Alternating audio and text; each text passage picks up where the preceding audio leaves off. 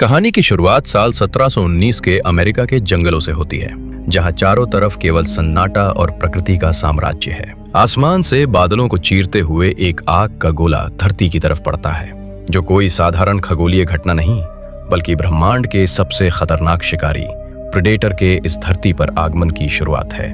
वो इस बेजान और अनजान दिखने वाले जंगल में अपना पैर रखता है, जहां उसका एकमात्र मकसद है इस ग्रह के सबसे ताकतवर जीवों का शिकार करना।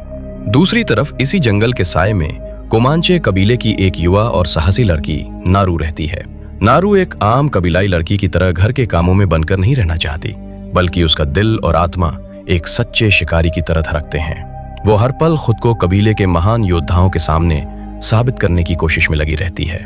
उसका इकलौता और वफादार साथी है उसका कुत्ता साड़ी, जो हर कदम पर उसके साथ साए की तरह रहता है। नारू अपनी कुल्हाड़ी के साथ दिन रात अभ्यास करती है, निशाना लगाना सीखती है और जंगल की बारीकियों को समझने की कोशिश करती है, क्योंकि उसे लगता है कि बहुत जल्द उसकी जिंदगी में एक ऐसी परीक्षा आने वाली है जो सब कुछ बदल कर रख देगी। लेकिन कबीले के बाकी लोग, यहाँ तक कि उसकी माँ भी, उसके इस जुनून को केवल एक बचपना और जिद मानते हैं। उनके लिए शिकार करना सिर्फ मर्दों का काम है और महिलाओं का काम कबीले की देखभाल करना है। केवल उसका भाई ताबी ही एक ऐसा शख्स है जो नारू के हुनर और उसके हौसले को समझता है। ताबी कबीले का सबसे बेहतरीन और सम्मानित शिकारी है, जिसने हाल ही में एक बड़े शेर का शिकार करके अपनी बहादुरी का लोहा मनवाया है। कबीले में ताबी की बातें पत्थर की लकीर मानी जाती हैं और वही नारू को चुपके से शिकार की नई नई तकनीकें सिखाता रहता है। एक सुबह जब नारू जंगल में एक हिरण का पीछा कर रही होती है, तभी उसे आसमान में बादलों के बीच अजीबो गरीब रोशनी और गड़गड़ाहट दिखाई देती है। वो इसे अपने कबीले की मान्यताओं के अनुसार थंडर बर्ड का संकेत मान लेती है, एक ऐसा दिव्य संकेत जो ये बताता है कि अब समय आ गया है जब उसे अपना सबसे बड़ा शिकार करके खुद को साबित करना होगा। तभी कबीले में एक बुरी खबर आती है। शिकार पर गया एक युवा योद्धा जंगल से लापता हो चुका है और आशंका है कि उस पर किसी खूंखार जानवर ने हमला किया है। कबीले के सबसे मजबूत नौजवान तुरंत एक खोजी दल तैयार करते हैं ताकि उस योद्धा को ढूंढा जा सके। नारू बिना किसी से पूछे इस दल में शामिल होने का फैसला करती है। हालांकि बाकी शिकारी उसकी मौजूदगी का मजाक उड़ाते हैं और उसे वापस लौट जाने को कहते हैं, लेकिन ताबी के दखल के बाद वे उसे अपने साथ ले जाने के लिए तैयार हो जाते हैं। जंगल की गहराई में बढ़ते ही खोजी दल को आखिरकार वो लापता योद्धा मिल जाता है। वो एक गहरी खाई के पास बुरी तरह घायल और बेहोश पड़ा होता है। उसके शरीर पर गहरे घाव के निशान होते हैं, जिन्हें देखकर साफ पता चलता है कि ये किसी बेहद ताकतवर शिकारी का काम है। ताबी और बाकी शिकारी तुरंत उस घायल योद्धा को प्राथमिक उपचार देने में जुट जाते हैं, लेकिन नारू का ध्यान वहां की जमीन पर पड़े कुछ अजीबोगरीब निशानों पर जाता है।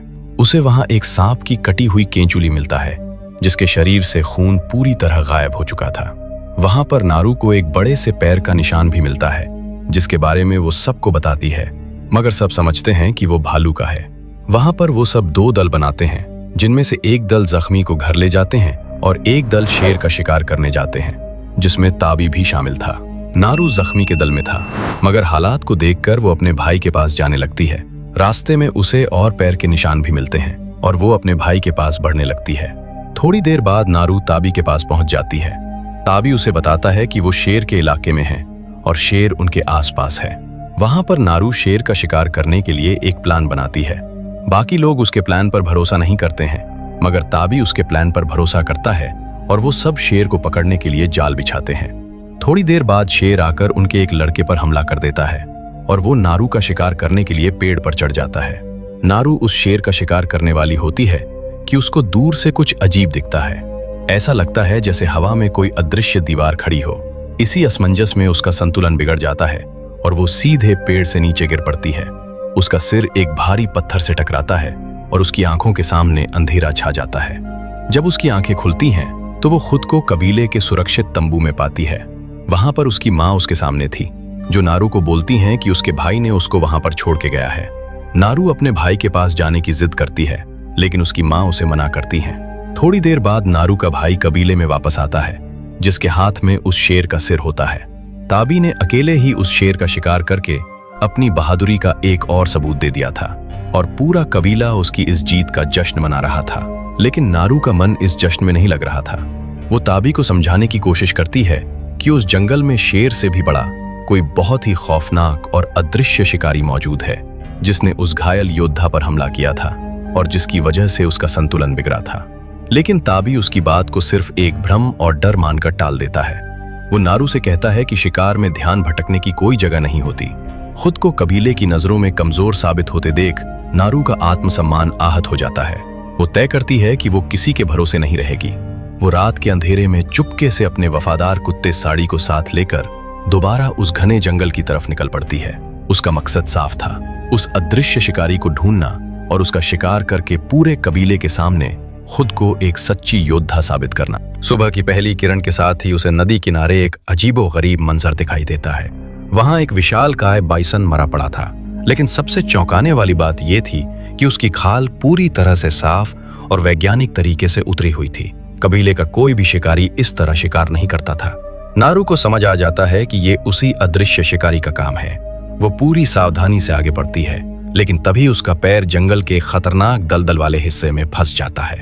वो जितनी कोशिश करती है उतनी ही तेजी से जमीन के अंदर धंसने लगती है। मौत उसके बिल्कुल करीब थी।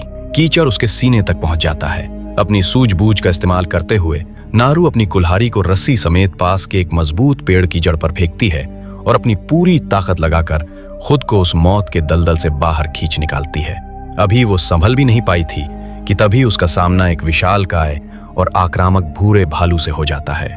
भालू उसे देखते ही दहाड़ता है और उस पर हमला कर देता है। नारू अपनी जान बचाने के लिए एक पुरानी खोखली पड़ी लकड़ी के तने के अंदर छिप जाती है।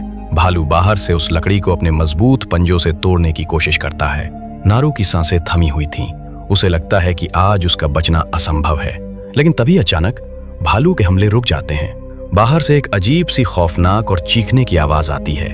नारू जब लकड़ी के छेद से बाहर झांकती है तो जो नजारा वो देखती है वो उसकी रूह कपा देने वाला था। हवा में पानी की बूंदों की तरह एक विशालकाय अदृश्य साया तैर रहा था। उस अदृश्य ताकत ने उस भारी भरकम भालू को हवा में उठा लिया था। अगले ही पल वो जीव भालू पर जानलेवा वार करता है और भालू का लाल खून हवा में बिखर जाता है। जैसे ही खून उस अदृश्य जीव के शरीर पर गिरता है, उसका भयानक और दैत्याकार रूप पहली बार नारू के सामने पूरी तरह साफ हो जाता है। ये कोई और नहीं बल्कि प्रेडेटर था। वो भालू को तड़पा तड़पा कर मार डालता है। भालू को इतनी बेरहमी से मरते देख नारू पूरी तरह सहम जाती है। वो समझ जाती है कि इस खौफनाक जीव का मुकाबला सीधे तौर पर नहीं किया जा सकता। वो बिना कोई आवाज किए नदी के रास्ते वहां से भागने की कोशिश करती है, लेकिन बदकिस्मती से रास्ते में उसे कबीले के ही कुछ नौजवान योद्धा मिल जाते हैं, जिन्हें ताबी ने उसे ढूंढने और वापस लाने के लिए भेजा था। नारू उन्हें घबराते हुए उस अदृश्य शैतान के बारे में बताने की कोशिश करती है और कहती है कि वे सब खतरे में हैं। लेकिन वे घमंडी शिकारी उसकी बात पर विश्वास करने के बजाय उसका मजाक उड़ाने लगते हैं। उनका मानना था कि कबीले का कोई भी मर्द किसी जानवर से नहीं डरता। इसी बीच उनके बीच बहस बढ़ जाती है और बात हाथापाई तक पहुंच जाती है। उन योद्धाओं के गुस्से और शोर शराबे ने उस अदृश्य शिकारी प्रेडेटर को अपनी तरफ आकर्षित कर लिया था। तभी अचानक जंगल के सन्नाटे को चीरती हुई 3 लाल लेजर किरणें एक शिकारी की छाती पर आकर ठहरती हैं। इससे पहले कि कोई कुछ समझ पाता, 3 तीर आकर उस योद्धा को लगते हैं, जिसकी वजह से उसकी वहां पर ही मौत हो जाती है। कबीले के योद्धाओं में हड़कंप मच जाता है। वे अपनी जान बचाने के लिए हथियारों के साथ इधर उधर दौड़ने लगते हैं। प्रेडेटर एक एक करके सबको निशाना बनाना शुरू करता है। उसकी तकनीक और आधुनिक हथियारों के आगे कबीले के पारंपरिक तीर कमान और भाले पूरी तरह बेअसर साबित होते हैं। नारू वहां से भागने की कोशिश करती है, लेकिन तभी वो एक बड़े लोहे के फंदे में फंस जाती है। वो फंदा कबीले का नहीं था, बल्कि कुछ अजनबी बाहरी लोगों का था। वे प्रेडेटर के डर से कबीले के लोगों की तरह ही इस जंगल में अपनी जान बचाने और उस अजीब जीव को पकड़ने की कोशिश कर रहे थे। वे नारू को बंधक बना लेते हैं, क्योंकि उन्हें लगता है कि ये लड़की इस जंगल और उस रहस्यमय जीव के बारे में उनसे ज्यादा जानती है। फ्रांसीसी शिकारी नारू को घसीटते हुए अपने विशाल और अस्थायी कैंप में ले आते हैं। वहां पहुंचकर नारू के होश उड़ जाते हैं, क्योंकि वो देखती है कि उसका भाई ताबी भी उनके कब्जे में है और उसे बुरी तरह जंजीरों से जकड़ा गया है। इन बाहरी शिकारियों का क्रूर लीडर बिग बियर्ड नारू और ताबी को प्रताड़ित करता है। वो उनसे उस अदृश्य शैतान के बारे में उगलवाने की कोशिश करता है। जब दोनों भाई बहन कुछ भी बताने से इनकार कर देते हैं, तो बिग बियर्ड एक बेहद खौफनाक और अमानवीय योजना बनाता है। वो नारू और ताबी को बीच मैदान में 2 लकड़ियों के खंभों से बांध देता है। उसका इरादा साफ था। वो इन दोनों को चारे की तरह इस्तेमाल करके उस अदृश्य शिकारी को खुले में लाना चाहता था, ताकि उसके आधुनिक हथियार उस जीव को आसानी से मार सकें।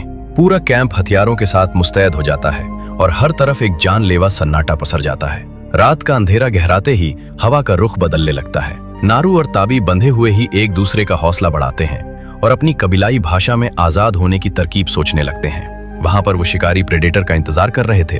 तभी प्रेडेटर सामने आकर सब पर हमला करने लगता है। बाकी शिकारी भी प्रेडेटर पर हमला करने लगते, मगर प्रेडेटर के सामने उनका हमला कुछ नहीं था। फ्रांसीसी शिकारी अपनी भारी भरकम बंदूकों से अंधाधुंध फायरिंग शुरू करते हैं, लेकिन प्रेडेटर की थर्मल विजन तकनीक और अदृश्य होने की ताकत के आगे वे कीड़े मकोड़ों की तरह कटने लगते हैं। वो अपनी लेजर मिसाइलों और ढालनुमा कटीले हथियारों से पूरे कैंप में तबाही मचा देता है। हवा में इंसानी चीखें और कटे हुए अंगों की बौछार होने लगती है।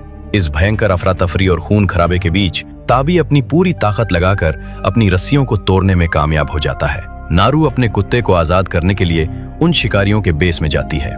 वहां पर उसे कुछ शिकारी भी नजर आते हैं, जिनसे लड़कर वो उनको मार देती है। तभी उसे वहां पर उन शिकारियों का लीडर मिलता है जिसका पैर कट चुका था। नारू उसे दवाई देती है, जिसके बदले में वो उसे गन चलाना सिखाता है। नारू की दवाई की वजह से उस शिकारी के शरीर पूरी तरह से ठंडा पड़ चुका था।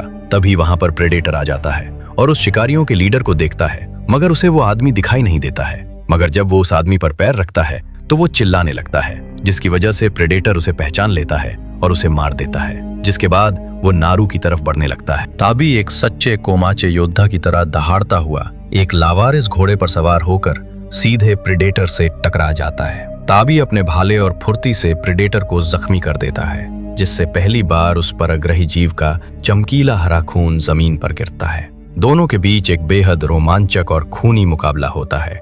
ताबी अपनी जान की बाजी लगा देता है ताकि उसकी बहन वहां से सुरक्षित भाग सके, लेकिन प्रेडेटर के आधुनिक हथियारों और फौलादी शरीर के आगे ताबी का शरीर जवाब देने लगता है। आखिरकार प्रेडेटर ताबी की पीठ के पीछे से अपनी नुकीली तलवार आर पार कर देता है। अपने भाई को अपनी आंखों के सामने दम तोड़ते देख नारू का दिल टूट जाता है, लेकिन वो जानती थी कि अगर वो आज रोने बैठी तो उसके भाई का बलिदान बेकार चला जाएगा। वो अपने आंसू पोंछकर जंगल के घने अंधेरे में ओझल हो जाती है। भाई को खोने का गम नारू के दिल में एक धधकती हुई आग बन जाता है। वो रोती नहीं, बल्कि उसके दिमाग में अब केवल एक ही बात घूम रही थी, बदला। वो समझ जाती है कि ताकत के बल पर प्रेडेटर को कभी नहीं हराया जा सकता। उसे मात देने के लिए शिकारी की सूझबूझ और चालाकी की जरूरत है।